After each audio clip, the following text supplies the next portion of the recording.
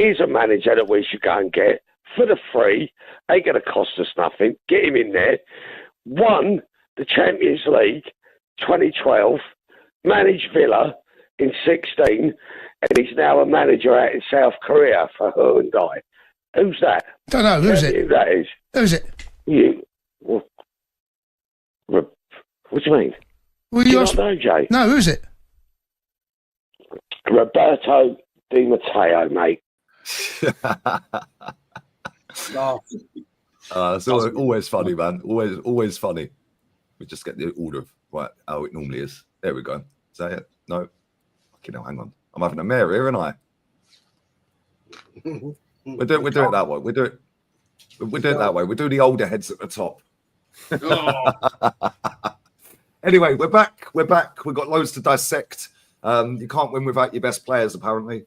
We're 15 points behind a manager who's been managing 2 years longer than Super Duper Mick in his first season in the league. Pray for Madrid. God. Oh, my dear, oh, dear. But how are we, lads? How are you? How are you, Jezza? All good, man. All good. And DJB, how are you, mate? Yeah, all good. Frustrated as normal, with this club. I can't wait for the season to end now, to be honest. I hate to say it, but that's how I feel today. Whether I feel any different tomorrow, I don't know. But at the moment, I can't wait for the season to end. I totally agree. Matty, how are you, mate? Good, brother. Had a great time last night, man. Enjoyed it. That was a bunch of chuckles last night. You needed that after that performance yesterday, but glad to be here, gentlemen. Yeah, nice one, man. And Kenny, how are you, mate? You know the situation. Arsenal Football Club is just basically like everything about Arsenal Football Club can be translated in the word myth. We've got a mythical team manager, with mythical players, and we're in a mythical title race, and which transcends into from fluent Martian into proper English. We are where we should be, 15 points behind Liverpool and counting. Yeah, totally agree. Matty, your mic's going mad. And right, before we get into this, Jezza's got some facts and some stats for us that we're going to put on the screen. Here you go, Jezza. The stage is yours, my friend. Well, there's a lot of the top Arsenal, right? Giving out, we're going to win 3-4-0 at Old Trafford, right? Yeah? They obviously don't research their bloody history. Right there, 26th of December, Boxing Day, Kenny, your favourite fixture, right? Yeah? Woolwich Arsenal. Manchester United versus Woolwich Arsenal, 26th of December 1910. Arsenal won 5-0. That is the only time, gentlemen, Arsenal have won by 3 clear goals or more at Old Trafford. 110 years ago. Mad. 115. What was the kit colour back then? No, it was 1910, so it's 110, isn't it? Yeah. What was the kit colour? Jezza? Sorry? We're in 2025, Jez. Oh, sorry, yeah. Sorry. Yeah, sorry. Of course that makes it even worse that it's 115. Yeah. What was the kit colour, Jez? Was you there? No, I can't remember the away kit that day. To be honest. But, I mean, come on, people. Don't make predictions when you don't know what the fuck you're talking about. You know what I mean? I mean, come on, man. No, Andrew, it wasn't just 1970. That was when we won 3-1 at Highbury. No, it wasn't, mate. Don't get confused. The only time we scored 3 or more goals clear, 3 or more clear at Old Trafford was 1910. Old Trafford, guys. Old Trafford. Not at Highbury. It was at Old Trafford. Because we played at Old Trafford yesterday, right? So at the end of the day, come on, man. And it's going to be 3-4-0. Really? I actually said 3 or 4. I actually said 3 or 3-0 or 3-1. And the only reason I said that is because I thought it's about time we scored a set piece. About time we scored a corner. and this lot can't defend corners. So I thought, right. And then after about 20 minutes of that game, I was like, yeah, this ain't happening, is it, lads? The only reason I was put that out there, Lee, is because there's so many idiots, right, that don't know their history. Because why would you say that if you can't remember when we've scored by more than 3 goals? I honestly, in all the times, the 40-odd games I've been to the Old Trafford, I can't ever remember scoring by 3 clear goals. No, that's I remember true. us getting piped by a fucking lot of goals. But I'm just saying, there you go. Never mind. Fact. No, it's true, man. It's true. Yeah, like I said, I predicted 3-0, 3-1. Yeah, and I just thought it's about time we give them a beating, and they're shit. And I thought off of the back of that PSV game the other day, I thought we might actually play similar. Yeah, that'd teach me to think, couldn't it? Yeah. Well, I don't understand why he didn't just let them play football. We ain't going to win the league. Yeah, try something different. Let them have a go. Yeah, instead, he's still doing this same robotic sideways crap. Yeah, Odegaard running around in circles and passing it all the way back to the keeper and that. Right, and it's like, it's just so boring. Declan Rice barely in the penalty box yesterday. Yeah, he was our furthest man forward the other night. And Mikel Merino didn't even know he was up top. What did he offer yesterday? Cool. Oh, it's horrible. It's horrible, man. I swear. And then we've got PSV tomorrow. Yeah, he'll probably put out Sterling will probably get an appearance. He can't play at the weekend because he's not allowed to play against Chelsea. Yeah, and yeah, we'll probably see Tierney play and a few others that sit on the bench. Kivior will probably get a game. They'll wheel him out for a game. Yeah, Neto might get a game. Right, and then we'll probably end up winning 1-0 or something. On Wednesday, even not Tuesday. And then at the weekend, yeah, it'll be back to the same old crap against Chelsea, won't it? Sideways, boring, predictable crap. DJ, what did you make of it all, man? Again, I thought it was really predictable. I mean, I predicted a draw. I predicted 1-1. I didn't think it'd be high scoring. They're like bees that have been scared from their nest, aren't they? They buzz around a lot, but don't actually do anything. Do you know what I mean? They're busy around the pitch. You know, they try and show a lot of endeavour and a lot of fight, but they're lacking leadership. And every single game now, you're starting to see it more and more and more because they're looking at one another. They're relying on individual players to come up with the goods. Yesterday, it was Declan Rice's turn to come up with a goal. Yeah. The next game, it might be someone else's turn to come up with a weldy or a set piece or a penalty. And this is how it is now. There's no real kind of patterns of play where you think you're going to kind of roll team. And all right, I know, forget the 7-1 with PSV because after the third goal, they'd just gone to bed. They were awful. But I'm talking about on a day-to-day basis in the Premiership. There's no real pattern of play to open teams up. There's no real pattern of play to get beyond teams. It's lackluster in attack. It's lacking ideas. And the facts are there, guys. It's got worse. It's got worse. You're 15 points behind a team, whoever it might be, Liverpool at this stage, but any team, if you're 15 points behind a team at the end of February, the beginning of March, that should be alarm bells. That should tell you something. And it tells you something that this team is not improving. It failed to do the right thing in the summer. It failed to do the right thing in January. It's failed because we're still sticking with the same manager. And I really, really feel fed up with it all, Lee. I said to you before we went live, at this moment in time, I can't wait for the season to be over. Just do it now, you know. End it now. Give Liverpool the title. Sort out the top 4. Tottenham are Tottenham. Man U are Man U. Relegation. The relegation teams are going to get relegated. You know, it is a shame, and I can't see it getting any better. This is. We were speaking last night. my biggest concern is with the new sporting director that if he gives the money and players come in, I don't want these new players and all this money being spent under this current manager, because I think we're going to be back here again this time next year, no matter who we sign. You know, it doesn't matter who you sign. I think we'll be back to the same situation as we're in now.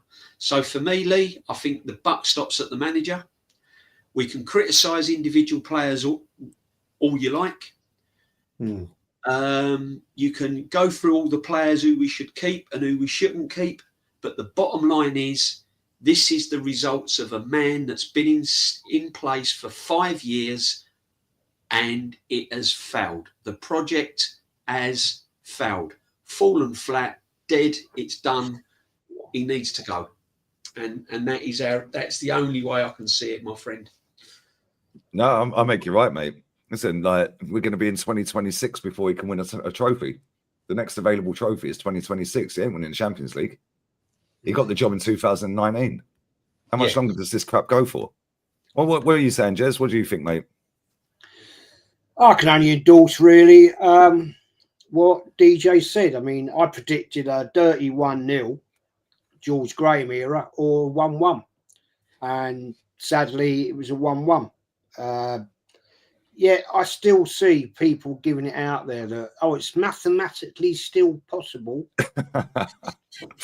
Yeah, okay. That means that as we sit here right now, guys, Liverpool have got to lose at least 5 games. At least. The remaining games, I'm looking at their fixtures. I've not seen that happening, to be honest. They've lost 1 all season, Jez. Well, and we've got to go and play them at Anfield and gives them the guard of honour. Come on, please. I mean, it's a shit show, man. And the fact that our manager walked out of a press conference after the game because he didn't like the questions being thrown at him. That is purely an impetuous little man that you can't face the camera and get asked the right questions and you have to walk away. That is cowardly, and it just shows the level of this guy, what he is. An absolute faker. Clown, needs to go damn quick, because at the end of the day, Arteta, I've called you a prick now for 5 years. About time you started listening to what I'm telling you, because you are a prick. You're an arrogant little prick. You don't know what you're doing. You're faking it. Yeah, you're robbing a living. How the hell you ever got that 15 million a year contract is a disgrace. Get out of this club, man. You're not going to take us any further. In fact, you're putting us back pretty much into the same position as when Wenger left. All right, yeah, we may end up second. Whippy bloody do. Tell me what is the difference between finishing second and 8th? Oh, well, you get Champions League. Great. Have we ever won it, guys? Have we ever won the Champions League? No. How many times have we been in the Champions League final? Once.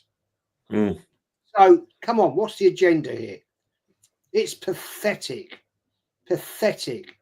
At the end of the day, all these Artetas, I mean, Christ almighty. I mean, you know, I don't often watch AFTV interviews, but I did today. I was waiting for some paint to dry. We're decorating one of the bedrooms. That's funny the way you said that. I'll go and watch for some paint to dry. That's like watching Arsenal, Jess. I won't lie. I hate decorating, but I found it more enjoyable painting the skirting boards and door frame, right, with the paint and actually watching. Anyway, that's another story. I thought, whilst I'm having a cup of tea and I'm waiting for that to sort itself out, right, I watched a bit of the AFT drama, yeah, and I watched all that drama with a certain person, Uncle Fester, disgraceful, but that's another story. I'm thinking, what are these people on? What are these people on, guys? Seriously? And yeah, nah, come on. This guy needs to go, and he needs to go bloody quick. And I just hope, if this guy, the technical director, comes in, he kicks him right up the arse, or in the bollocks, actually. I'm much more he gets kicked in the bollocks, and actually grows a pair. Because that manager has not got a pair of bollocks. Walking out of an online TV interview? Seriously? You need a smack in the mouth, that fella. He's out of order for that, because it's and just to put this comment to bed, obsession with AFTV. He's mentioned it once, mate. Yeah, and if you don't like what he's saying, fuck off. It's pretty simple, isn't it? Maybe go and watch them. Well, they'll play up to your super duper agenda that you've got for the manager you want to get stuck up, mate. So you go and do that. Have a double unskippable lad on the way out, and cheers for watching. Stick a like or a dislike on the video, mate. But yeah, cheers. He's on 15 million a year, right? I've seen Jose walking out of press conferences and interviews before, but this is when Jose was in his maybe start of his decline of being an elite manager when he was at Man United. But he still won shit. He was still winning stuff. He still won him a Europa League and a League Cup. Yeah, still won stuff, didn't he? Let's be real with it. And he had all the background, and the CV, to be able to be that arrogant. This manager's got nothing. He is literally worse than Southgate in terms of getting to finals. Southgate got to 2 in a row. The thing is, doing it. It's been to 1. Before I shut up, right? Yeah, I actually said it's on somebody's show. I've been a whore the last 2 weeks, going on everybody's shows but my own. And I said on somebody's show the other night, I think it was Gunned Down. Good show, actually. It was a really enjoyable show. And I said, if we get a stinky 1-0 George Graham type win, I'll take it. And then somebody, I think it was in his chat, said, well, George Graham, he played boring football. He may have played a little bit of boring football, but hello, we won stuff. We had the best defence in the league, which is where we won it. And I don't think we actually played very boring football at Anfield in '89. I don't think we played boring football when we won a cup double, against Sheffield Wednesday. And I don't think we played that boring football when we won our second European trophy, the Cup Winners' Cup, against Parma. So get your facts right, boys. Yeah, I don't think this fella actually ever saw George Graham's teams. So, yeah, shut up, go back to bed and fuck off. Yep, facts. Matty, we had a bit of a ball last night. It was kind of funny. Cheered at some of the stuff. The deserve to win a meter, that stuff was killing me. I can't lie, that stuff. But like, what's going to change here, man? Like, honestly, real talk. What we got to do to get this manager out? Shoot him. No, don't say that, Jez. They'll be trying to cancel you on the internet. He wants the manager shot. They want him shot. Funny, quite a lot of our fans would love to shoot there. Well, anyway, go on, mate. The manager is going to have to fall out of his top 4, and he's going to come close to it this year. He's going to come very close to it. We're going to be staring right down the barrel of possibly not qualifying for Europe at the rate we're going. I'm just keeping it in the butt today with y'all. Like I said, I'm just keeping it in the butt with y'all for the rest of the year. This manager yesterday decides he wants to dip out on the interview. I watched the interview this morning. Wants to run out and then go join the relay race. To hand off the baton. He's hauling ass out of that question so quick. A couple of weeks ago, big man, he was big wheel. A couple of weeks ago, he was strutting. He was saying, "Over my dead body." That's what he was saying. He was a big man, as Jez would say, giving it the big large. Now all of a sudden, he's got a meeting he's got to go to. He's got somewhere to go. I'm gonna tell y'all what's getting ready to happen. This is a desperate man. This man is desperate. The walls are starting to close in. You notice the questions are starting to get harder and harder for Mr. Arteta. That's your first sign the media is starting to get to him. Starting to get fed up with him a little bit. He tried to walk away. Don't know if anybody caught this. When he tried to walk away, the guy put his hand up to stop him. Whoa, one more. Yeah, don't go anywhere. Yeah, don't go anywhere. And he asked the question. Oh, y'all don't want to talk about it. Okay, all right, cool. All right, we're gonna talk about this We'll give you a pass on the game tomorrow because that's done and dusted. We're going to talk about Chelsea this weekend. We're going to talk about the teams after that, the teams after that, the teams after that. And you're going to, and guess what? The question that brother led off with in that interview asked him about a striker. I hope they ask him about a striker every week. Every week they should be asking him about a striker. Mikhail, you want to talk about that striker? You want to talk about this striker? You want to talk about that striker? You need to ask him every single week. And for any of these super fanboys that's coming out, because I've seen them this morning while I was out when I was working out this morning. I've seen one or two of them come out today talking about, oh well, it's not his fault he didn't get a striker, or it's this and the third. It's solely his fault he didn't get a striker. It's 100% his fault he didn't get a striker. He went and got 2 defensive midfielders, and he got a loan for Sterling. So the money was there. I'm through arguing it with everybody. You can keep trying to swim down that creek if you want to. I'm telling you now, this manager is done.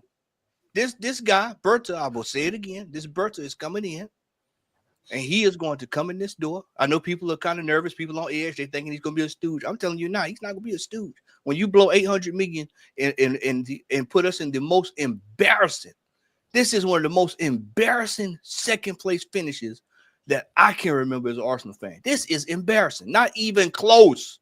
Not even close. After y'all sat here last year, y'all poke your heads in on this channel while we will be doing shows, and y'all be talking about what next year is going to bring. Well, next year is going to bring this year. And guess what? Next year is the same as the year before last, the year before that, the year before that, and the year before that. Nothing's changed. Nothing's changed under this manager. But something's getting ready to change this summer in his attitude if he wants to still have a job, because this man is coming in here and he's getting ready to cut this stuff off. And I can't wait. I'm like JB. I am ready for this season to be over with. I was done with it a month ago. I cannot wait to see the final walk-off. People want to hear what he got to say at the end of the year. I really don't give a damn what he has to say at the end of the year, because there's nothing to say except say, I'm sorry, because that's what you need to say. You are sorry, Mr. Arteta. You're 100%. You're 100% sorry.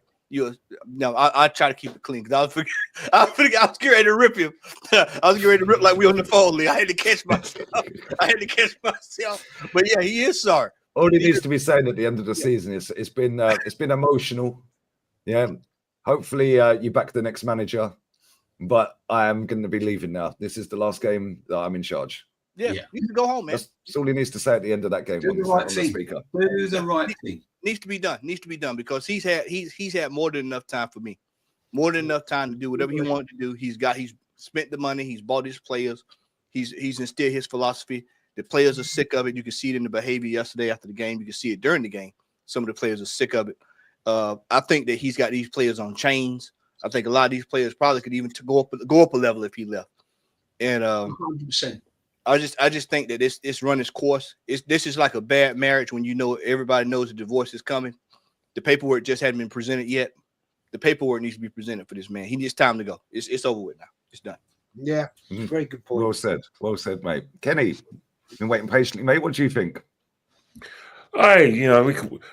Let's just say the game exposed a lot of myths. We could talk about the manager's situation. But that's probably 3 volumes of a show. That's probably it's like a Superman 1, 2, and 3, or the Star Wars trilogies. There's so many reasons to talk about the manager. But if we want to talk about the game, let's be honest.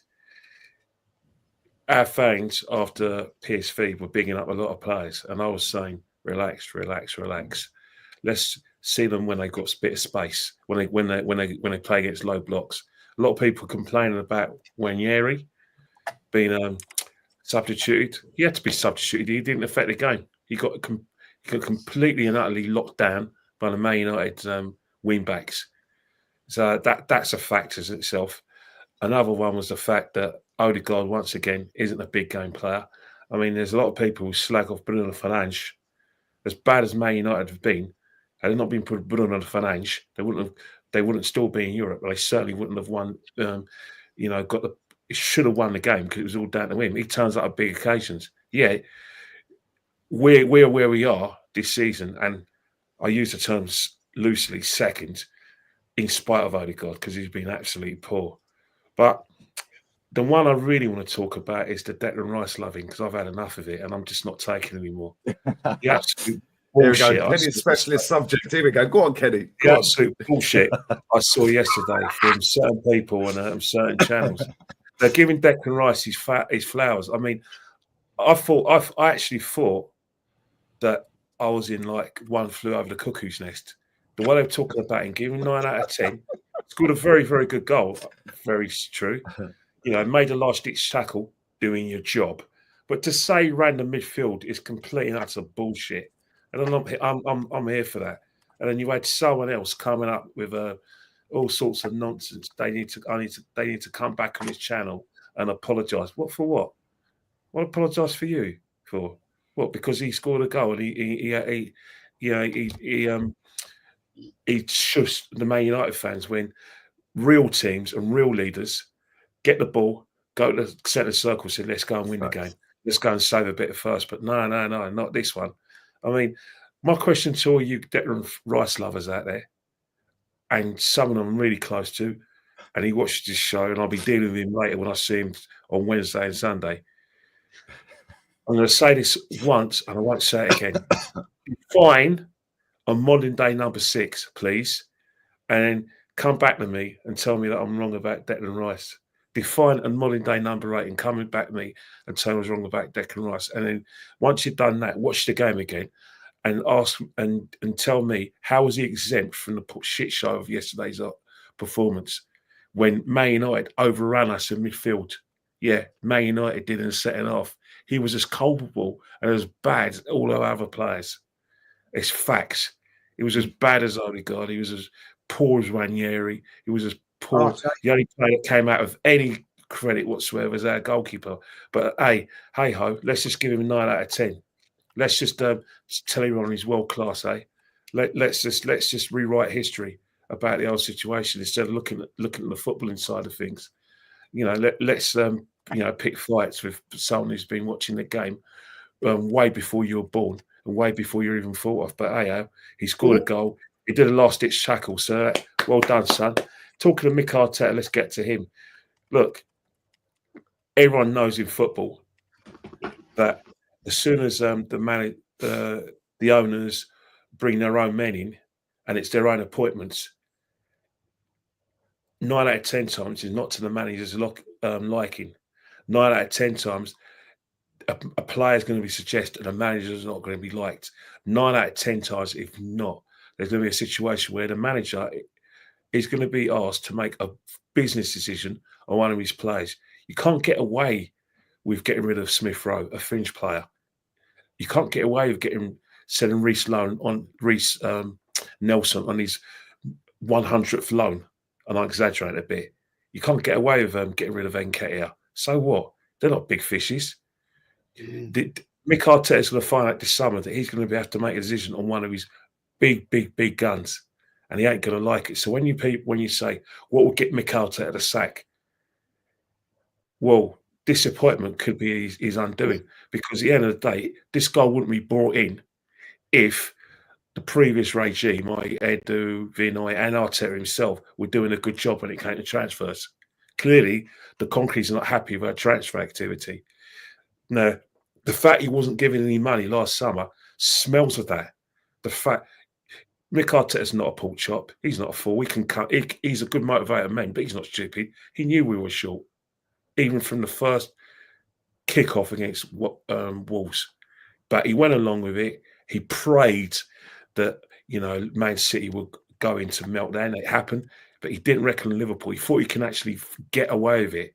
But I'll tell you one thing now. Anyone who thought we were the next cabinet ranks, when all I hear from Arsenal fans, striker. Are you having a laugh? Is that all? Do you generally believe any one of our left backs are world-class left backs? Really? Kieran Tierney.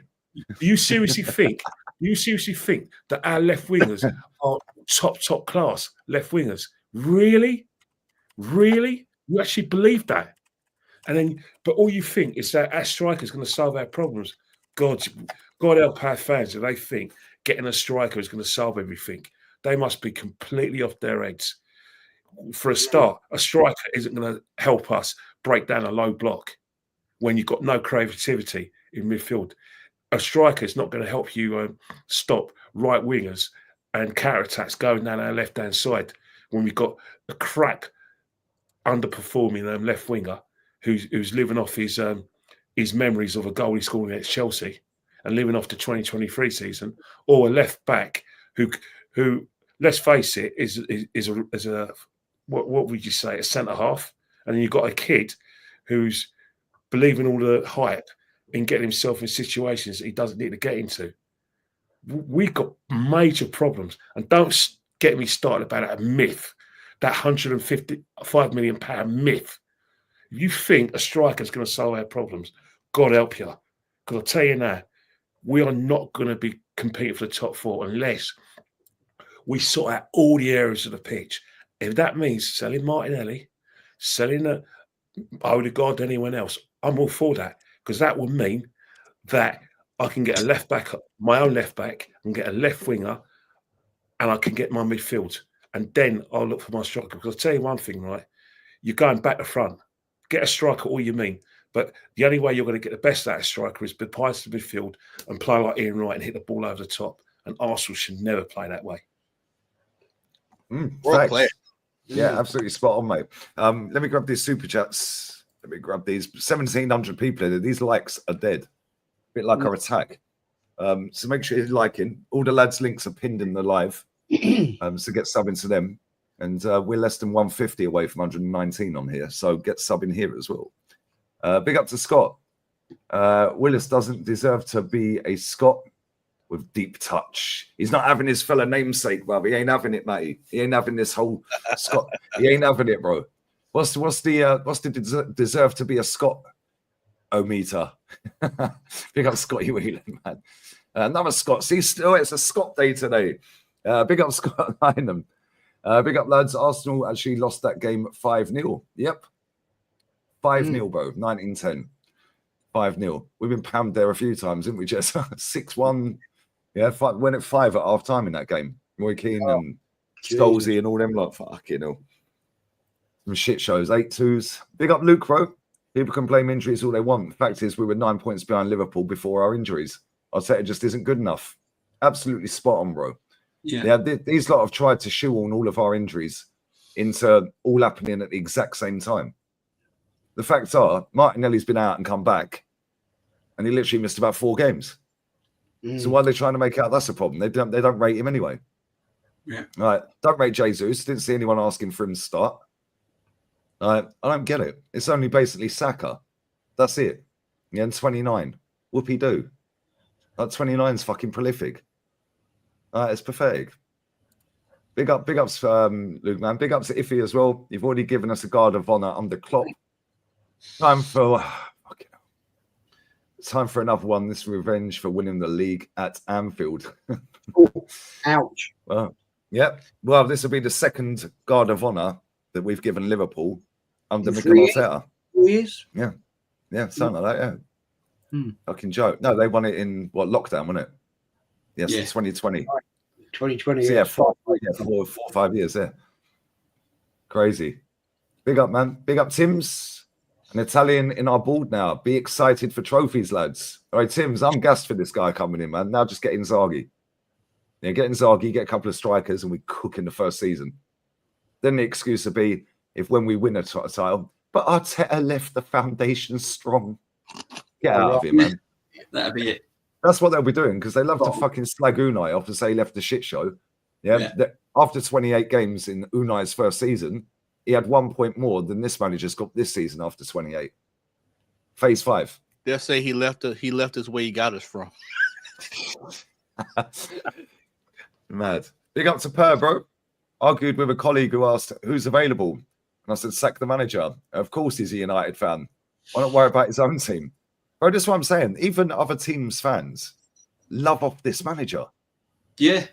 I don't get it. No. He's never done fuck all to warrant the praise he gets. He's got great PR, man. That's all it is. He's got unbelievable PR. Apparently, Simon Jordan was having a go at Roy Keane today for his comments he said yesterday about our manager. Yeah. Why? Yeah, this is the same Simon Jordan who fucking bankrupted Palace. Yeah. Yeah, like what we're doing here. I like listening to Simon Jordan, but fucking get out of here, bro. How many managers did he sack at Palace? Yeah, why did he sack him? Do you know what I mean? Hypocrite. Hey, can I This ask is me a question? Go on. Lee, answer me a question, or Kenny, one of you two. You'll know this. Why does that Highbury squad bird get on there? Because she's connected media-wise. Because she talks an absolute load of fucking bollocks. That's what it is. They're all connected, Jez. They're all connected. When you see all these people on TV, they've all... Hang on, why don't they invite you on there, or Kenny on there, right, that actually know what they're talking about? Because they don't want people like us on there, because they want to keep the facade going, Jez. They don't want the truth. Why is it every time we do these calls and Matty plays the TalkSport calls, they're always trying, Jason Cundy or whatever it may be, Jim White, whatever, they're always trying, say, well, you can't want him sacked, surely. Yeah, so they want an echo chamber on there. Anyone who goes on there against it, they don't like, and they love to push it out. Get him to invite me on, mate. Then they'll have a day out. They'll have a fucking right day out. Hey, get Jezza in the studio. Jezza in the studio with them all. Go on, Jezza. No, you know what I think it is? I think what's happening, I suppose, theoretically, all of us, you know, me included, we're probably suited to a phone in where we'll phone up and say we don't identify ourselves. That way, the club can't censor us.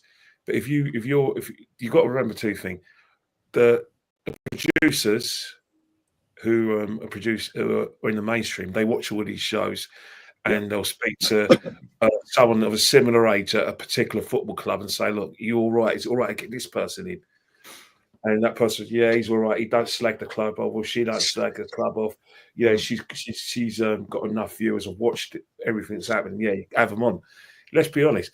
If I was like part of the club's PR, especially the social media arm of the club, it's your business to watch every Arsenal podcast going. Even the ones you hate, and it's your business to monitor every Twitter account where there's a lot of traction, and the same Instagram and Facebook, because it's your job. So there'll be absolute turkeys and pork chops to have any of us on, because simple reason is that if I was that way inclined, I'll be fuming if the social media man at my club inadvertently allowed one of us on TalkSport or Sky Sports or BBC representing Arsenal. That'd be a complete direction of duty, because at the end of the day, you want PR. You know, at the end of the day, that all or nothing thing was one of the biggest cons ever. And I beseech all of you, obviously, DJB, I didn't know you that well, but I just met Matty. I begged Jez, my brother, and I begged Lee, don't watch it. They're trying to finesse you. They're conning you.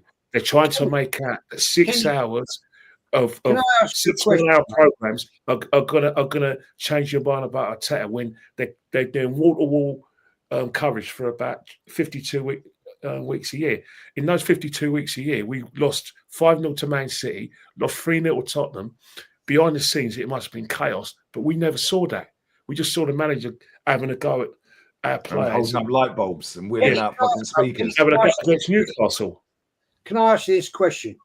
Why didn't she call it the Emirates squad? She's never beaten a fucking Highbury. But the thing with Highbury, mind the step. Oh, squaddies, all this and all that. Do you know what it is? There, like most of these people don't use YouTube, for anything other than a portfolio. That's it. Same with Tom Canton with the Gooner Talk. That was just his portfolio to get him the job at Football London. You know what, Lee? It's an excuse. Them doing it one. I don't give a fuck. But when they chat shit, I call it out.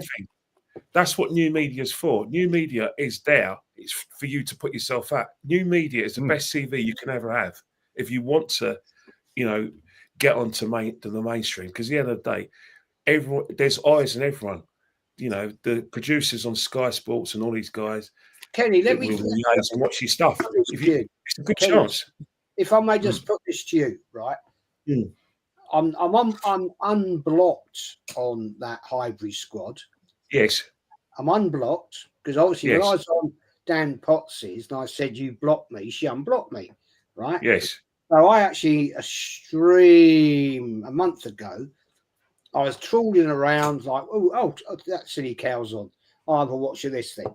So I actually put a question in, right, in the chat. 3 times I did it. Can you name me the 4 roads around Highbury? Yeah. And she couldn't answer it. She said, and she actually did reply. She did reply to Arsenal history and more, right? She said, what do you mean? I said, can you tell me the 4 roads that surrounded Highbury? And she was like, I can't answer that question right now. Fuck off. Mad. Let me get these super chats, lads. Jesus. Big up to RB. Man said, pop the sheriff here as well, but I'll keep the deputy. Man's on smoke today. Big up RB. Big up, brother. Big up Alfie. How can Count Dracula storm out of the press conference room? Because he's got the ego of Pep, mate. That's why. Yeah, with all the coaching ability, I don't even know who to fucking say. Fucking, I don't know. He's allergic to winning. The garlic is winning to him. Yeah, it's exactly what it is. Big up Alfie, man. Big up Steve as well. Let's not forget the 15 points drop playing party at fullback. Yo, great comment. Great comment. People are forgetting about the tactics these players are meant to be asked to play. He's killed them. He's killed a potential good team. He's run out of ideas, DJB. The fact is that they need a new voice. You know what I mean? And there's nothing wrong with it. Let's face it. It happens in football. It happens. Everyone reaches their peak, and he's done all what he can. And time to go. Yeah, he's reached his peak. That's all it is. You know, as much as I don't want in the first place, and I'm not a big fan of his. I've seen enough from these players to know that Odegaard could do a new voice. Yeah. If he remains our captain, without a shadow of doubt. If Martinelli could do a new voice, if we're in a sort of second chance saloon, phase with Martinelli, and it goes with a lot of things, because you've got to remember the standards. The only defender that's playing to the best of his standards is Gabriel Magalhaes. You see Saliba, he's dropped off a bit. Yes, we're not allowed to say that. He's been poor for a minute. How many games you look at Saliba and you're thinking, you know what? Thank God that guy's got a bit of pace, and it gets him out of trouble. When you're a defender and you're in that territory of your pace getting you out of trouble, we saw it with Des Walker, we saw it with Sol Campbell, and now we're seeing it with this lad. This is a guy. If he needs a new voice, he needs it now. Because let me tell you something now, it goes very badly for you if you trying to use your pace to get out of trouble, because that leads to disaster. Sol Campbell, West Ham, 2006, same thing. He was never the same player. He even had a nervous breakdown at half-time. Des Walker, Overmars, 1993 at Wembley. Even before that, he was making mistakes for England. Don't let this happen to Saliba. No. But the thing is, right, I'll ask this question, Lee, and I know you want to get on with the super chats, but I'll ask this question. If we are going to start all over again, tear the last 5 years up and start all over again, so in effect, we're in another rebuild, sporting director coming in, there's going to be players going out and players coming in the summer. So effectively, we're on another process, we're on another rebuild. What these fans have got to ask themselves is, are you prepared to do another rebuild with this manager, or do we wipe the slate clean and go, right, new players coming in, players are coming out that we don't need, new sporting director, let's start again? Or do we stick with this guy? Because they are the only options now that you have as a fan. The only options you've got as a fan, because all this about, we're 5 years on and we've improved, is a load of old bollocks now, because we ain't. We've not improved. We're 15 points behind a team that's going to probably be eventually 20 points behind. The last team, the biggest gap in a Premiership winning title was when Man City had a 19-point gap over their rivals, Man United, when they won the league. That's right. Right? That's going to be bigger this season. That's going to be another record he breaks. That's going to be bigger this season, right? So what you have to ask yourself is get it out your head that we have improved and we are further down the road in this process. We are no further down the road in this process. So in effect, we are starting from scratch. We're starting from stage one again. Yeah. So you either want this manager or we scrap it and we go again with someone else. It's the obvious thing is to get rid of him because And there's no. He hasn't got the only currency of trophies, is he? If he's No, had trophies, but it's the only option. You know, we can talk about captains, we can talk about players, we can talk about who's good enough, who's not good enough. My opinion, there are players in this team that I don't think's good enough for Arsenal. But the bottom line is, guys, the players that we have got, this guy has killed. He's not improved them. He's not improved them. You could have Morgan Gibbs-White in this team. You could have Chris Wood in this team. You could have Erling Haaland in this team. This guy does not know how to improve players long term. You might get the odd flash in the pan out of them. They might go on a run where they have 3 or 4 games where you think, wow, he's caning it. Look what he's doing. We've seen that in Trossard. We've seen glimpses, flashes of brilliance from Trossard, but on the whole, he's been crap. Yeah. And same with 29. 29 went on the goal scoring streak last season. This is where we're at. And all these listeners and all of us, we're going to go through streams and we're going to go through all these channels, and it comes back to the same thing. We're in another rebuild. We've got to start again, and this manager is not capable of doing that rebuild. And JB, it's going to be some players leave this team this summer. I said this last night. There will be some players leaving this team this summer that's going to raise the hair on your head. I'm telling you. And it's going to be some shockers. And I'm all for that, Matty. I'm all for that if a new guy comes in and takes over.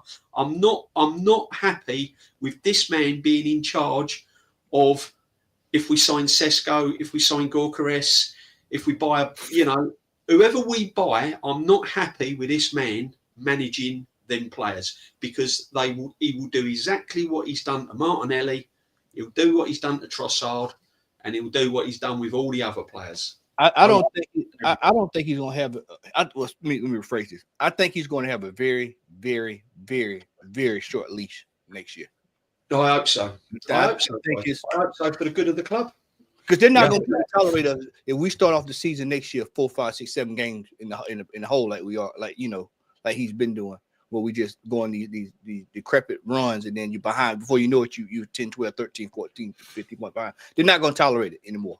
No. At the start of this season. There's an old saying, guys. There's an old saying, no one is bigger than the club. And the problem is with this football club is because of the fan base are letting this man be bigger than Arsenal Football Club. And that should not be right. No one is bigger than the football club. And this man is at the moment. And that's what's got to stop. Because it's ruining the club. It's ruining the history and it's ruining the club going forward. It happened with Arsene, though. Same thing happened with Arsene, where we were saying using the same sort of buzzwords and phraseology as well, when it was clear to everyone within the club and outside the club that Arsene Wenger was past his best and he was nowhere really all good enough to challenge for the big trophies. The thing is, with Arsene Wenger, there was an emotional attachment to Arsene because of the Invincibles. Unfortunately, for instance, Ty, me and Ty. We both grew up around the same sort of era, around the same sort of time. But every time Ty goes on about the Invincibles, it's like an axe or maybe a drum to my heart, because the more you go back to Invincibles, the more it's all about a full stop. We're having the same thing about Arteta now, where we feel that a lot of fans feel a lot of gratitude towards him because of the catastrophic nature of how Arsene Wenger left the club and the fact that Unai Emery was never given a chance to improve things. In fact, the alleged drop-off that Unai Emery endured, he wasn't allowed to have that drop-off. But Mikel, because he used to play for this club, because the fans suddenly decided that they loved him and they owe him a big thing, he was allowed to have a massive drop-off. You go by the 21 season, he was allowed to have drop-offs. Remember the teams that won at the Emirates Stadium, albeit in front of no fans, but Wolves hadn't won at against Arsenal for about 30-something years. They won at Highbury, Leicester, all these teams breaking records, Burnley. But he got away with murder then. And then the second season, where we were told he was building a very young side and they're playing the best football and they're ready. And then he had those 2 other seasons. But you're right, DJB. We are playing like a team that's in transition. Yeah, we are.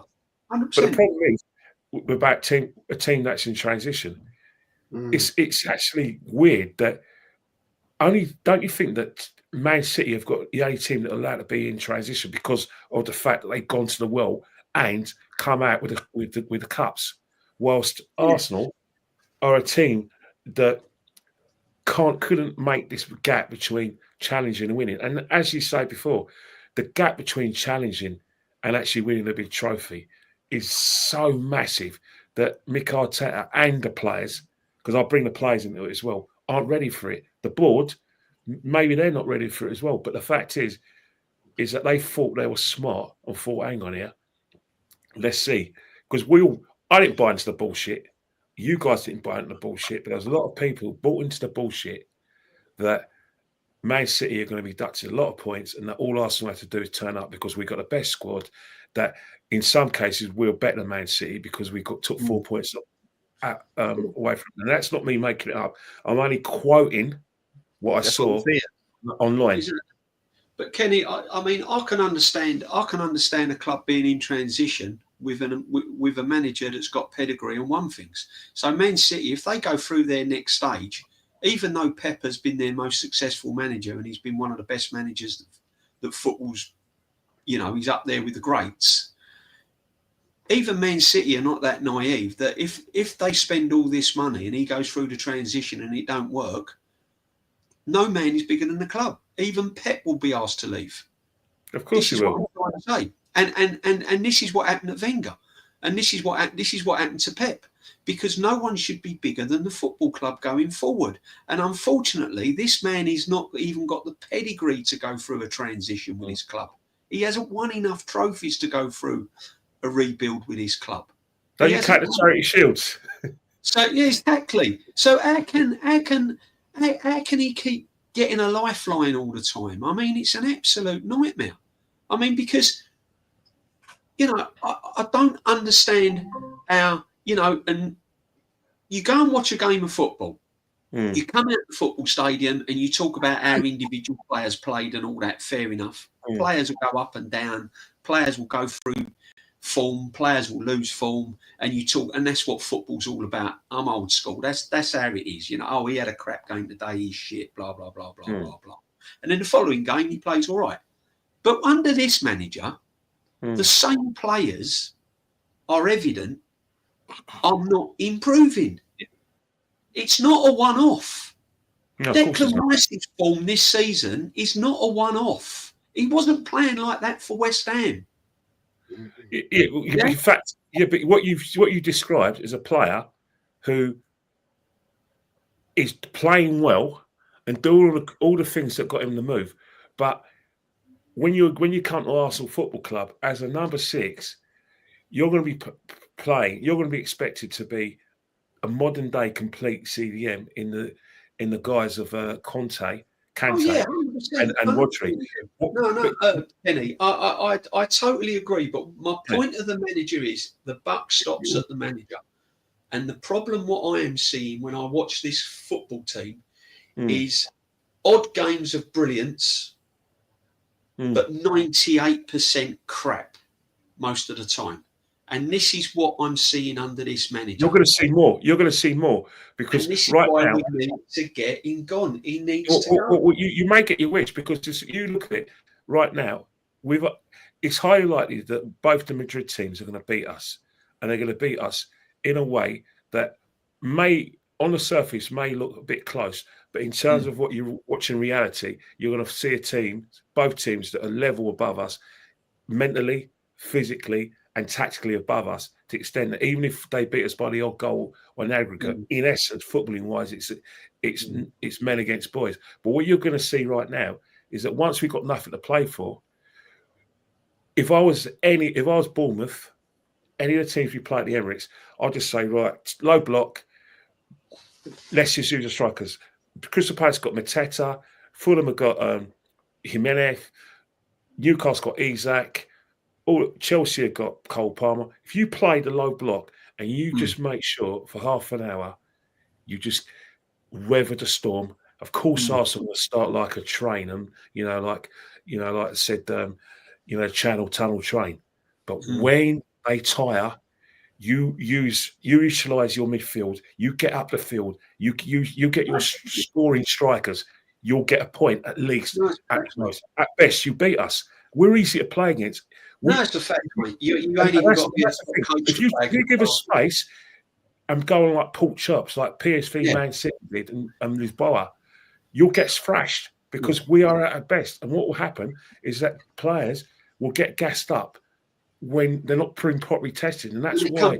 It comes down to the manager. It comes down to the manager. He can't change things. He's not a fool. He's not a fool. The reason I stormed out that press conference because he knows. Yeah, it's his fault. But do you know what will happen though? Do you know what will happen, Lee and the panel? Do you know what will happen when the pressure's off? You'll see a completely different Arsenal team. They'll play their last 5 or 6 games, and they'll be blowing teams away. JB, I don't think the pressure's going to be off this year. And all the fans will be gassed up. Oh, brilliant, brilliant. Give him another year. Look, give him the money. Look how we've played. Look how we blew Fulham away. Look how we've done this. We'll sack her out on the last day of the season in the new kit. When there's no cups, when there's nothing to play for, you watch how the likes of Odegaard and all that suddenly step up to the plate, and this manager then pushes his chest out and he speaks you won't get him walking out of a press conference then when there's no pressure on and he ain't got nothing to win. No. This is where the club's at. It's a false sense of security. It has been, DJ, since he got the job. The way they've packaged. Go on, mate. Sorry. Go on. Yeah, I'll say this: the pressure is not coming off this year.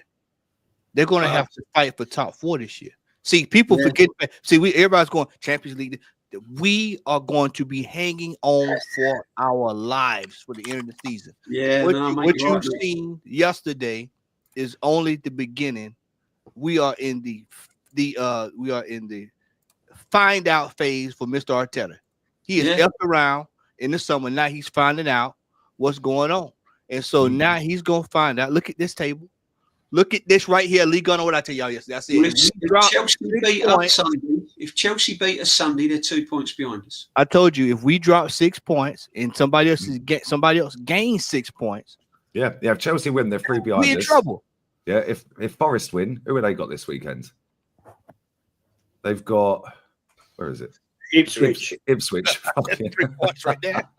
3 right there. Going well, isn't it? Who has City got? Brighton at the Etihad. They probably should win that. Yeah. Away, it might have been a different story.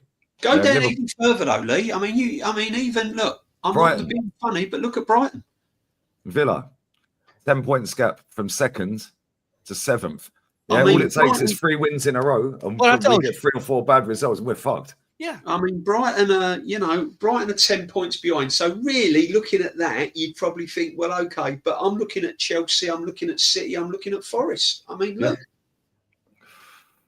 Yeah. Look at this. But our fans would guess it up and say, well, we've only lost 3 and we've got the best defence. If we finish fifth, I want these fans to meet me outside the ground and explain to me why you want this manager to stay. And I'm happy to face them face to face. But 5th can still get you Champions League. Or 6th. You got to go to Jerusalem. Well, even 5th, mate. Even 5th's an embarrassment, even though we're in the Champions League. 5th is no good. Yeah, but then DJ does sit there and go, yeah, but he took us from the depths of hell. It's only one bad season. He's lost Saka, he's lost 29. He hasn't been backed. They come up with fucking shit ton of it.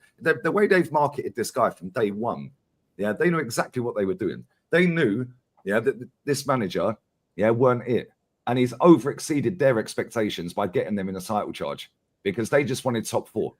Yeah, that's what they wanted under Wenger. That's what they've wanted under this guy. Yeah, that's what they wanted under Unai. That's why they sacked him. Yeah, they let him have another go. Yeah, he had 13 games and then they fucked him off because he was 8th. Kenny? Yeah. I told you. That's what I told you. What I told you back in December about this manager. The pressure's going. It's throwing them out. It's throwing them out. If he finishes 6th, maybe everyone will wake up. Yeah, Villa and Brighton will drop points. Yeah, they will. Villa and Brighton will. We ain't going that low, I don't think. But we said at the start of the season, lads, yeah, we're in a top 4 race, didn't we? You know, we said that at the start of the season.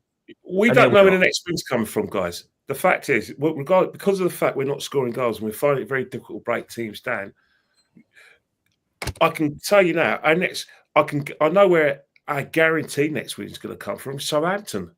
But there's 9 other. The Ramsdale derby. The Ramsdale derby. Friends of Aaron. But you think about it. The next games, Chelsea, you know, they're improving ish. If Maresca uses his brains, then he won't be naive and try to play football against us, because we'll beat them comfortably and it'd be embarrassing. Everyone's going to think we're back. But I know for a fact that Fulham won't play that against us. I know Palace, Glasgow will use his brains and it won't play that against. And I know for a fact that Brentford play like that anyway, and they've got 2 scoring players. Now Newcastle we got to play. Bournemouth we got to play. Everton we got to play. Yeah, Liverpool we got to play. Yeah, we're fine. Even Liverpool at Anfield are not going to try and play us to the park. They're going to think, hang on here, we're not going to lose to these. We're going to make sure we do what we can do and hit them on the counter attack. So really and truly. No, it's mad. Let me grab these super chats. They're stacking up, lads. Listen, there's nearly 1,900 people in here. Big up to everyone who's locked in. I am going to be doing the watch along. I've just seen that the West Ham Newcastle game is on DAZN, but the La Liga one ain't, and I wanted to watch both. So it's going to be one or the other, because I can't put the VPN on for the Spanish game to kill off DAZN. Is Isak fit today? Is Isak fit or is he injured? I'm not sure. I think he's rotating his squad because he's got the cup final, and I reckon. Yes, that's made my whole mind up. I'm not doing the West Ham Newcastle game. This is a brilliant opportunity for West Ham to beat them, because they won't be on it. They won't be on it. Big up Steve for that. I've read that. Bless up, bro. 15 points dropped playing party at fullback. Yep. Oh, Isak is playing. Isak and Joe Linton is playing. So they're both playing. That's a gamble. According to Sam, they're both playing. Yeah, the chat saying he's starting. Yeah. Yeah. Big up Stanley. Stanley Crabtree. Stanley. Big up Stanley. Brilliant name. Brilliant name. Big up to AB. Kenny, I disagree. Arteta isn't a leader of men. He should be. He should be on £50 million a year. Stanley's back. Stanley's back again. He couldn't even lead the dog, mate. He couldn't even lead win, I'm telling you. Maybe that's why we keep getting so many injuries. They keep tripping over dog shit. Stepping in shit, slipping over and that. Big up Stanley again. Lego Ed is a fraud phase 5. Well, according to Lego Ed, our illustrious leader, he's in phase 4. Yeah, he's 6 now, isn't he? This season's over. He's going into the next season now. Yeah, well, his words yesterday, we're in phase 4. His words. Phase 4 to 5, he said. Yeah. Wow. Touching distance of winning trophies. It's progress. Touching distance. Yeah. Anyone who ain't seen that, guys, I'll bring that up in the chat in a sec. Absolute. What? Honestly, I'm fed up with him now. I'm absolutely fed up with him. I'll take sack him when we Real Madrid. Yeah, sorry, fucking a brain freeze. Hopefully beat you. Real Madrid will slap Arsenal. That's a proper club right there. They got booed off yesterday. They got booed for the last 20 minutes. Yeah. Last 20 minutes of their game, they were getting jeered and whistled because they were playing shit and they were winning the game. You know, Real Madrid. If you put all your eggs into one basket in terms of your predictions, the final we want is probably going to be a semi-final, Real Madrid-Liverpool. And who knows? I could guarantee you now, Real Madrid will not play Real Madrid football against Liverpool in the semi-final. They would play Real Madrid Champions League football, i.e. we must win that trophy football. And it's going to be 100%. It's going to be very unpleasing in the eye. It's going to be boring. Now, can you imagine? You see how Calafiori got cooked by Garnacho yesterday every time he got the ball. Now imagine Rodrigo's up against him. Rodrigo are cooking differently. He'll end his career. Can you imagine if you played Benjamin White against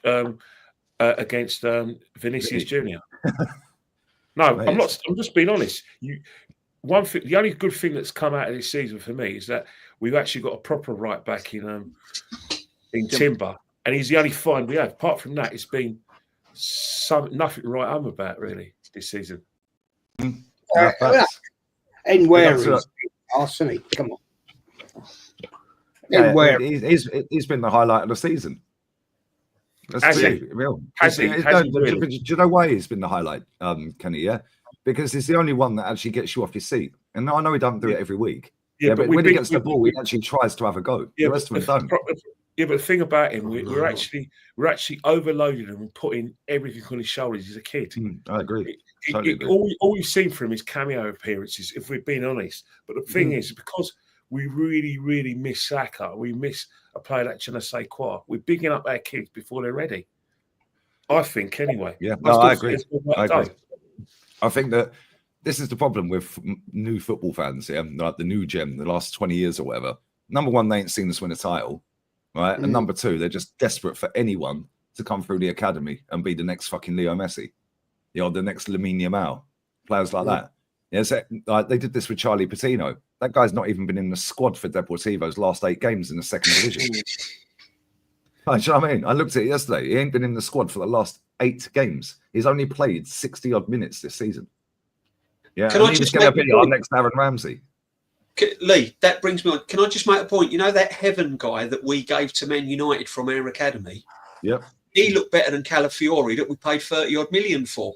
Yeah, and this is what I'm saying, right? When people want to chat about this manager, they had Lindelof, yeah, and fucking Aiden Heaven, who came from our academy at centre back, right? They've then had 2 fucking granddads in midfield, Casemiro and Ericsson. When I see that lineup, I was like, they're going to get run through in midfield today. Yeah, did they fuck? Did they fuck? Yeah, they're both. Ericsson's lucky he's even alive, let alone playing football. Yeah, and Casemiro's legs have been gone for a minute. Yeah, and then they've got 2 strikers up front that can't score a goal. Honestly, and we can't fucking beat that. Twice against this manager. Yeah, but the second off, we're hanging on. We're hanging on. They battered us second off. Let's be real with it. They battered us. They should have won that game 4 or 5-1, and we couldn't have had anything to say about it. Clear cut chances as well. They had double save at the end. The double save at the end should have been a goal. Yeah, fucking Mazraoui chanced that Raya made a good save. Yeah, that should have been a goal. Xerxes back heel. That should have been a goal. Yeah, Bruno had another chance. That probably should have been. Well, he probably should have scored. To be fair. Yeah, do you know what I mean? How many more fucking chances do they need to score a goal? They're like us. Yeah, the problem with them is, like they change their team every single week. It's never the same 11, and that's why they've got no consistency.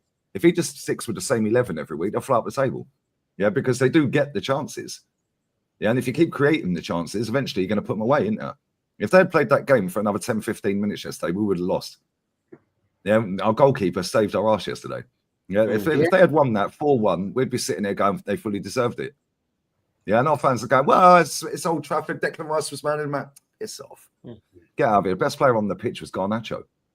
Yeah, and that's saying something because he's fucking shit. Yeah, but that left back. They want to get rid of him. Yeah, and that left back that we've got was one of the worst players on the pitch, and that's why he looked so good yesterday, Garnacho, because he's crap. Why did their manager put him on the right wing? Because he normally plays left. Yeah, but because they saw the weakness is there. Same when Zinchenko was in the team, the weakness is there.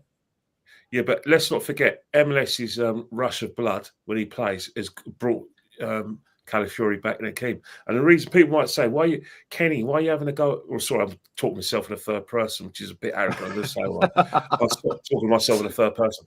But the fact is that I always say, when I talk about Ethan Wanyeri and I talk about MLS, if you can take the praise, you've got to take the scrutiny as well. Doesn't matter how old you are. The fact is that when you play first team football for this club, it means that you are ready, even though you're young and you're probably watching like Waterloo Road, and that's your level of TV viewing.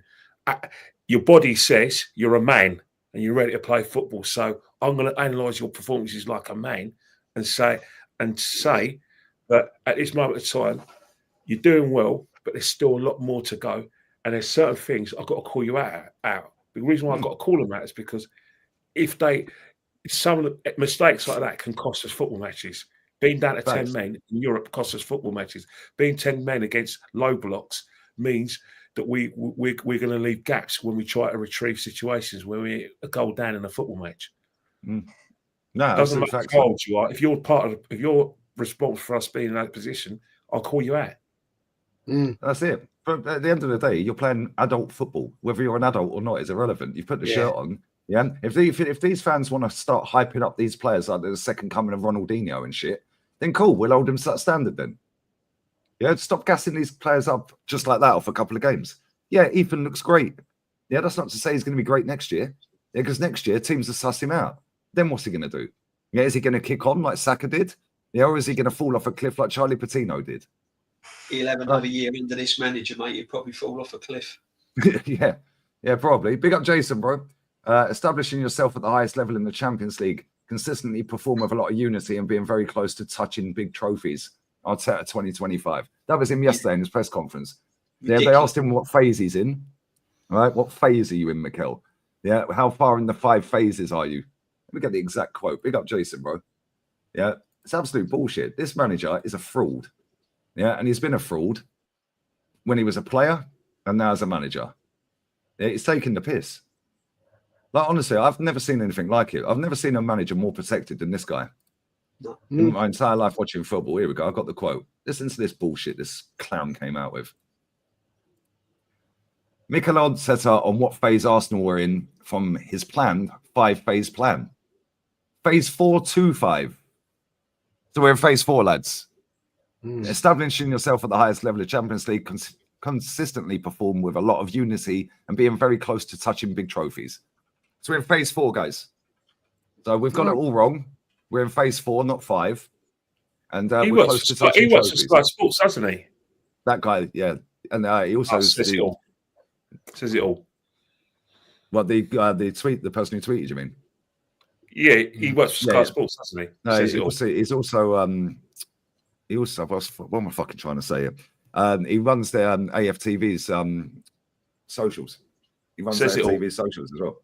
Says it all. Mad. But there we go. Big up Jason, bro. Big up Rambo. We could do with Rambo back in midfield. Yeah. Lee, now we know why you never liked that Julian gate crashing Saeed's channel and telling him what to do. Bro, I've seen the amount of people that have asked me about this, man. Like, it's fucking, he's a joke, bruv. But we all know why he's there. He's got a few quid, bruv. It's the only reason he's there, mate. I've been saying this for years. The manager said we were within touching distance of trophies, huh? Well, I'm going to read out just a few things here and you can keep it rolling, Lee.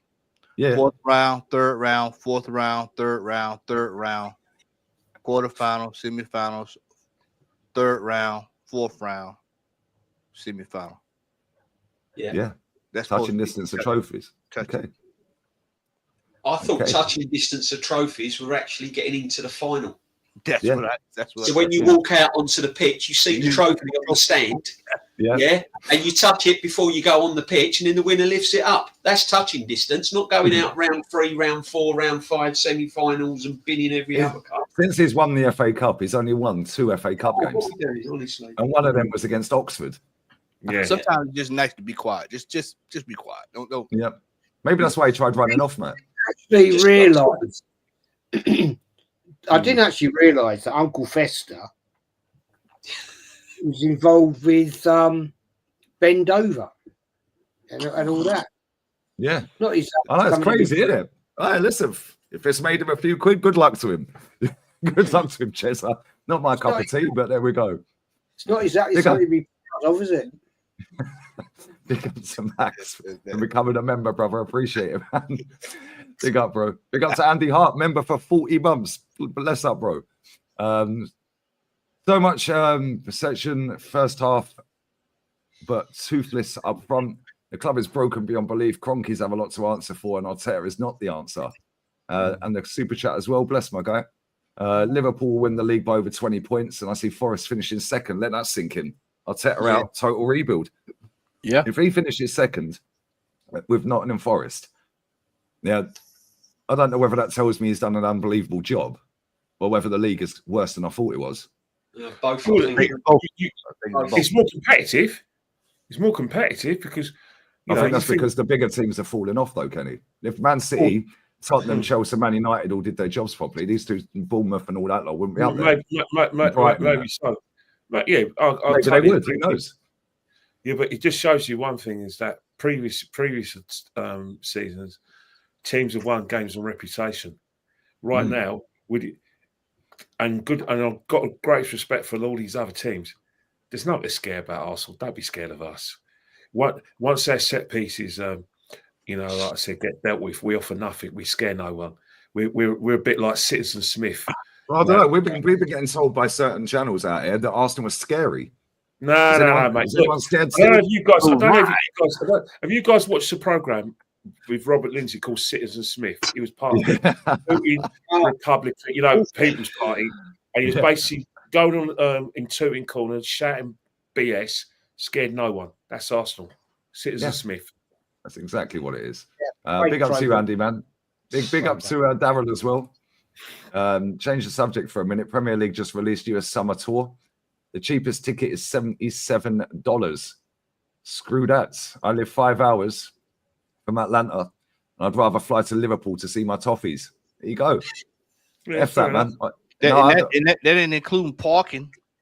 Hell, they're gonna charge you $30 just to park in Atlanta. No, you know what? It's all a scam. It's all a scam. $30 to park. Yeah, $30 to park in Atlanta. Yeah, but you know what this is all about? This is all basically the dress rehearsal for the 39th game. All these tours that we're seeing. We'll be back out there. We'll be back out there. Yeah, that'll be 5 out of 6s. Yeah, that'll be 5 out of 39th Premiership game? The 39th Premiership game. They'll have that in America, and then they'll have one in Saudi. Yeah, this is all pre-planned years ago, man. Hey, guys, I'd be very shocked in 3 years' time if the Community Shield isn't at Wembley anymore, and it's either in the United States or Saudi Arabia. I'll be shocked if we're still having a Community Shield at Wembley in 3 years' time. La Liga, their Super Cup, the España, that was in Saudi. Yeah, that was in Saudi this year. I don't see any reason why we shouldn't have our Community Shield out there. Can you imagine? Sorry, Kenny, but getting onto that, can you imagine if we have a Super League and we're in this Super League from all the teams around Europe with this manager, where we'd finish? We get relegated right out the gate. We'll be relegated. We'd be back in the Premiership. Yeah, we'll be right out there real quick. We won't be in that long. Yeah. Imagine this manager doing battle with the likes of Barcelona on a weekly basis, and Real Madrid and Leverkusen and Real Madrid. JB, when they were talking about doing the Super League, I said, "Hell, put us in there so we get our ass kicked one good time." Set piece again, wouldn't it? Set piece again. Set piece again. Ole, ole. I wonder if they're still singing that. Hey, how many corners have we scored this season? How many do you reckon we scored? What are they going to do, Kenny? Yeah, what are they actually going to do when this manager goes and the set piece coach fucks off as well? What are they going to do with the mural? I'll tell you what I'd do with the mural. I'll get a bucket of water and get some cleaning fluids and wash it off. That's what I'd do. They're going to put a great big pork chop mural on there. Great big pork chop. Right.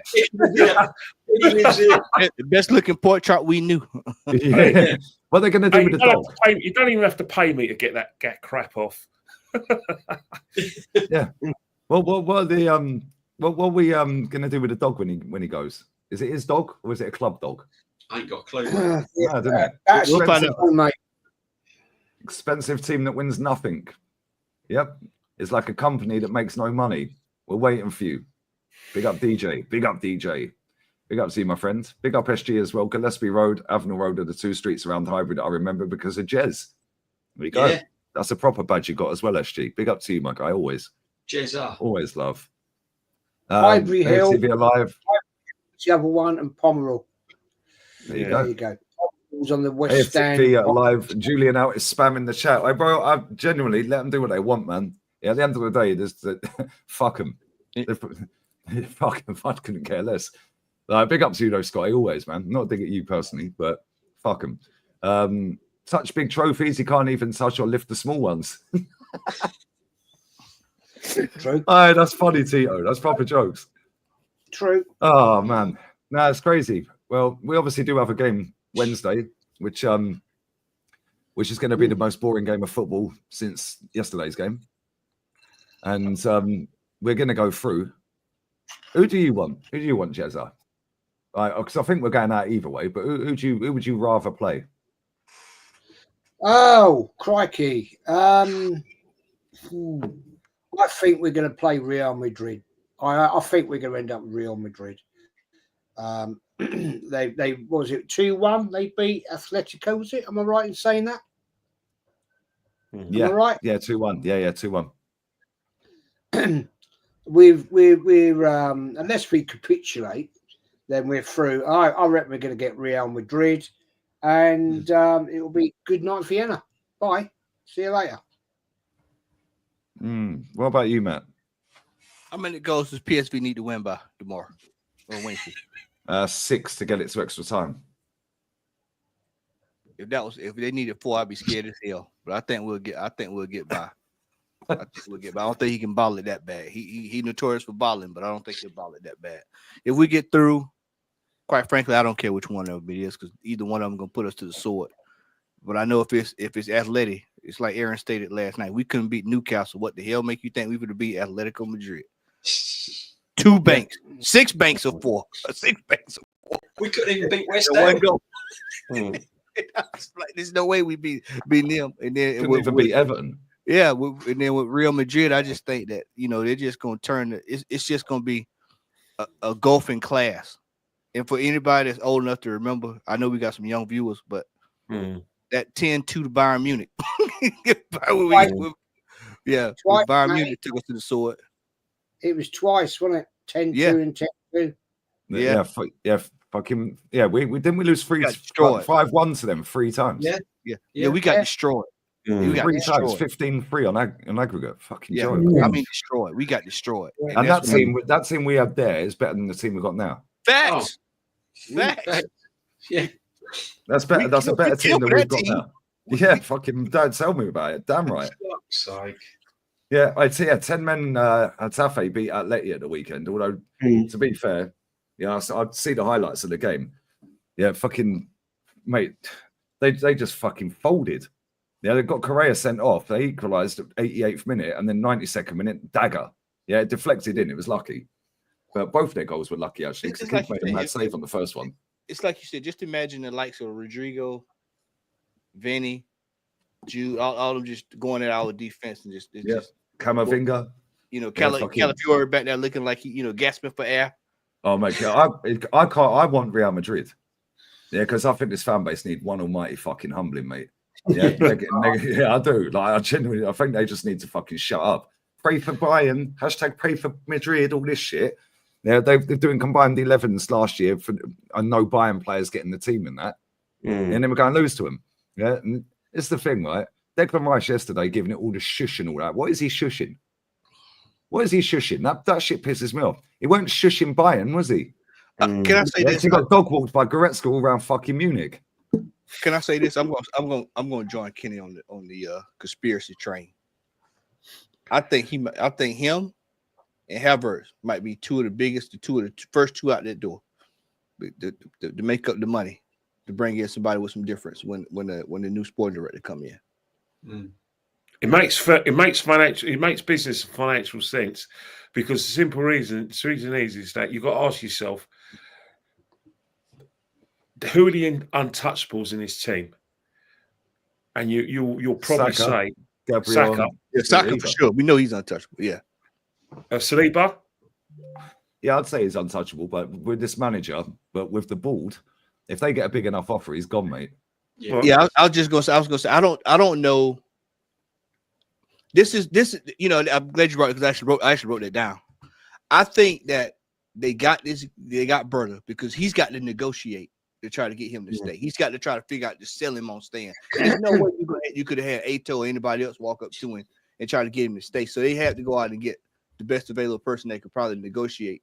And if he does, and if Saliba still, I don't know. Then I think that he'll probably say, you know what?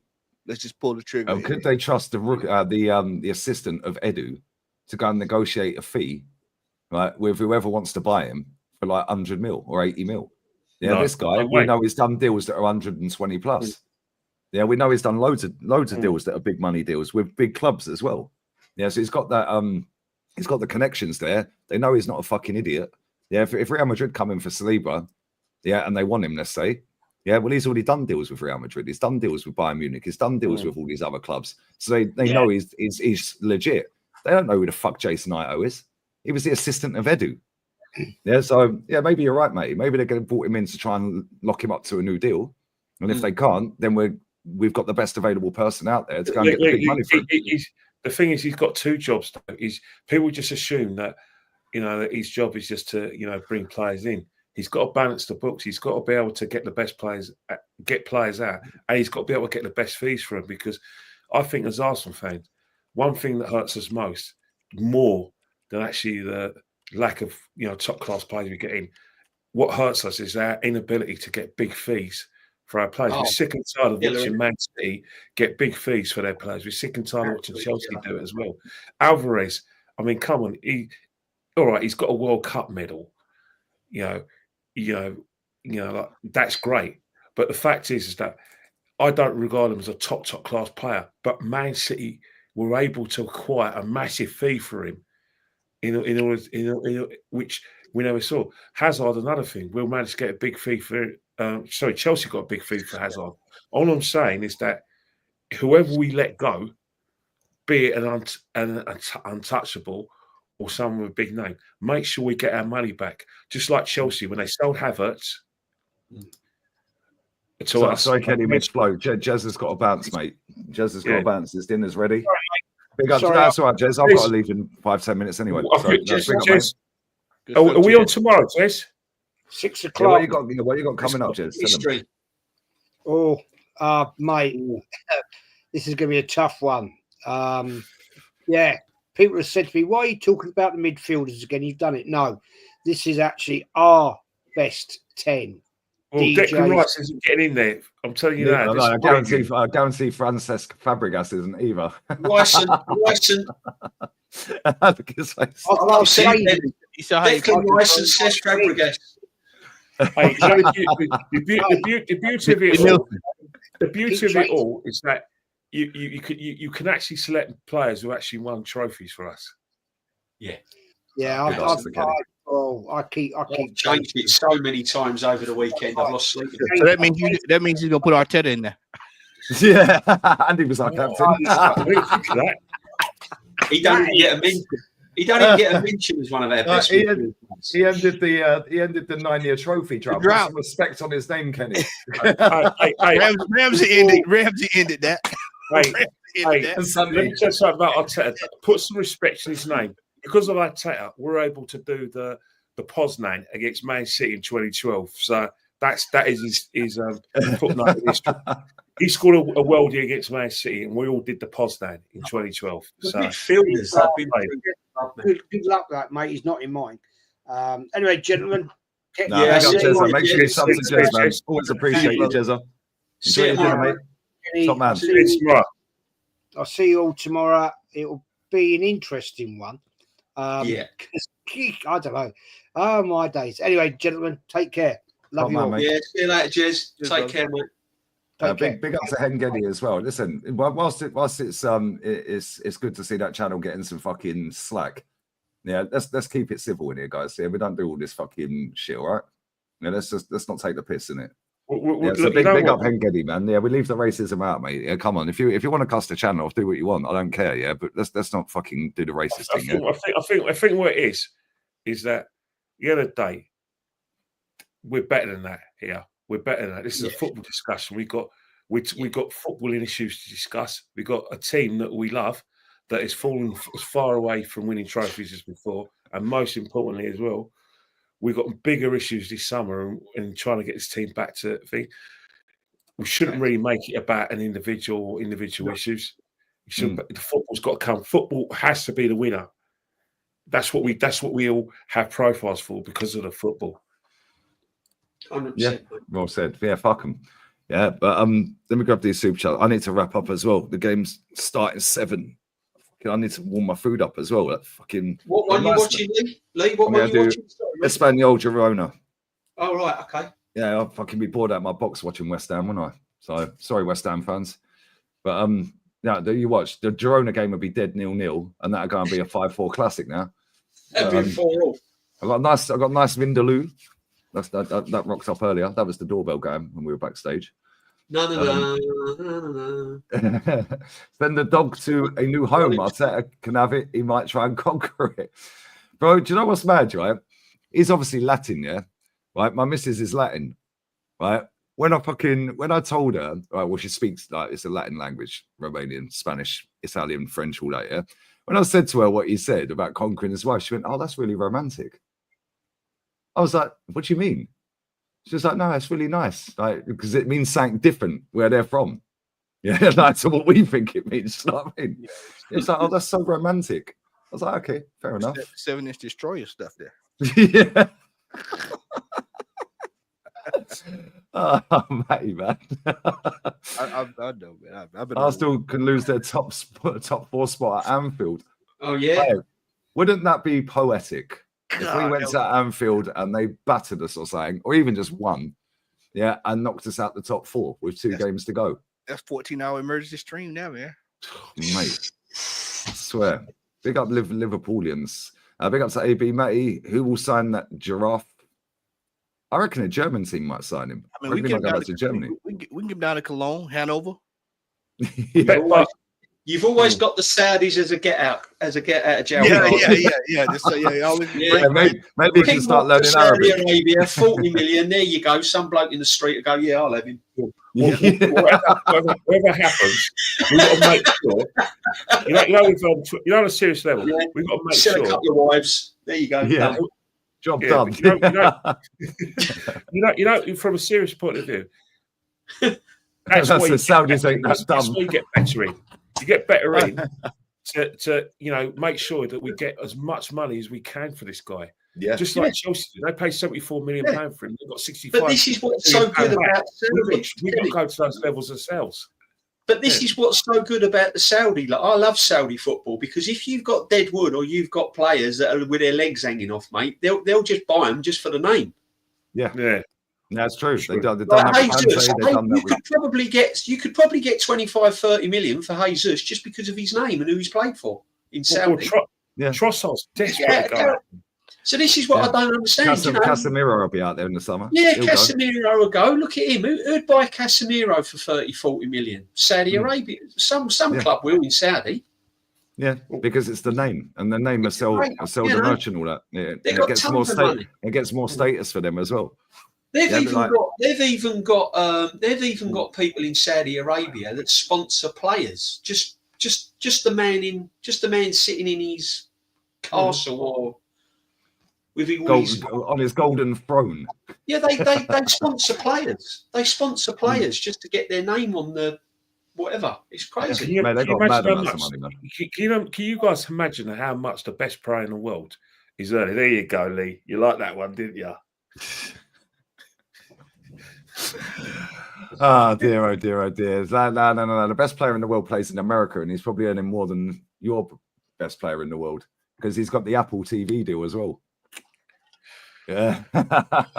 In fact, actually, Chad, before we go, how much, because I don't know this, and me and Kenny always have this to and fro with Messi and Ronaldo. How much did they earn last year? Last 12 months? How much did they earn? Because I guarantee there's going to be someone in the chat. There's going to be someone in the chat who knows this. And I guarantee it's fucking astronomical figures. And I think Messi has some stake in the team, if I'm mistaken. He's got a stake in the club, and he's got a percentage of any of the subscriptions from Apple TV. Hey, I'll tell you one thing, right? He's a good Bex is a good teacher, isn't it? The Apple deal is $3 million a year. He done well, Bex, for an overrated player. Hey, before we go. You're probably going to want to horse me for it. I have to admit, I got to hand it to those bloody YouTubers. They filled out Wembley Stadium and raised £4 million in charity. No matter what I say about you guys, I've got a lot of respect for you to do that. Even though you're crap footballers, for you to raise that amount of money, I've got nothing but respect for you, and well done, lads. Good cause in that, but I had my say on that at the weekend. To raise that kind of money, I'll big you up. I had my say on that. I have a different opinion on that, but we ain't got time for that. Yeah. No. In fact, I will say it. I said it at the weekend. I'll say it now. Fair play to him. Great cause. Yeah. I don't know why that was allowed to be played when the Premier League's being played at the same time. Yeah. No. And the other thing I'll say, if you had up all their wealth between them, just save everyone an afternoon and 90 quid a ticket or whatever it was, or 50 quid a ticket, and just have a whip round. Ain't got it, mate. Yeah. Ain't got it. That Same with Live Aid. Same with fucking children in need. Yeah, they allow all the millionaires to ask the paupers for money. It was just for the entertainment. Come on. It was No, like I get it. No, I'm not watching digging. No, I'm not. know. People want to go and watch it, which is why it's on, and it's for a good cause. I'm not knocking that. They've done it for a good cause. However, you're telling me Mr. Beast ain't got 4.7 million quid? Sorry to do it, but I'm gonna have to jump off as well because of. No, I've gone, mate. Go. Bless up, Kenny, mate. Bless up. I know you got to shoot, mate. Top man. See you, Kenny. Love you, I'll mate. see you guys tomorrow. I'll see some of you guys tomorrow because I'm with Dan tomorrow and Jez and I'm DG. with Dan and Jez, yeah, top 10 midfielders, mate. All right. Top. All right. One. Patrick Vieira. I'll see you later. Don't want none of your pork chops in there. All right. Proper. All right, Cesc can't get a game then. Yeah, Roberto Di Matteo, mate. All right, I'll see you later. Kenny. See you guys soon. Cheers, mate. Right, we are going to wrap. I'm going to do the Girona game, guys. Going to do the Girona game. That's literally starting. Well, it says now, but it was starting 2 minutes, like it always does. 2 minutes late. A bit like us. We're always late. Well, I am anyway. I can't find the redirect, but Matty, always love, man. What you got coming up, bro? Be with you guys on Wednesday. And I think we played this Sunday. We play Sunday, right? Sunday, yeah. I'm back on Sunday, and then I will be with Deluded going on. Well, I should be with him on Monday, but we're figuring it out early Monday afternoon, and that's it, bro. Cool. Happy days. Before I get DJ's last thoughts, this here: have Real Madrid and Barcelona ever met? Champions League final? Nope. Almost had it last year. Was it last year? A year before last? We almost had the final. I think the only time they've ever played each other in the Champions League was, I think it was 2002 semi-final. Semi-final, yeah. Yeah, that was 2002, and I think Madrid won. I think they won 3-1 on aggregate. Yeah, I think they won 3-1 on aggregate 0-2, but I may be wrong. But I think that's the only time they've ever played. Yeah, there you go, semi-finals. Yeah. Gosh, but yeah. Anyway, DJ, always love, man. Appreciate your time.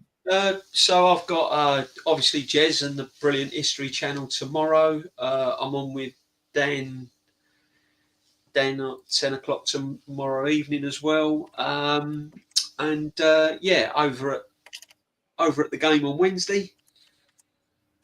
And Sunday I'll be at the Arsenal Chelsea game. So everyone will see me on different streams, no doubt, if I get invited along. Big up, guys. Well done. No, big up. I've just Googled it as well. Thank you for having me on. Great show. No, top man. Appreciate your time, man. I've just Googled it. The two teams met in 2002. Real Madrid won 3-1 on aggregate. That's like a fucking shit, isn't it? Like you know what you're doing. Yeah. But I don't know if that's the only time they've played. Yeah, I think it is in the Champions League. I don't know. Maybe I ain't got time anyway. I've got to go, guys. It's going to redirect to the watch long. I'm going to go and warm up my Vindaloo. Yeah, We're I'm out going to here, sit guys. and watch Girona slap up Espanyol. Top man, top lads. Love to everyone who's liked, shared, commented.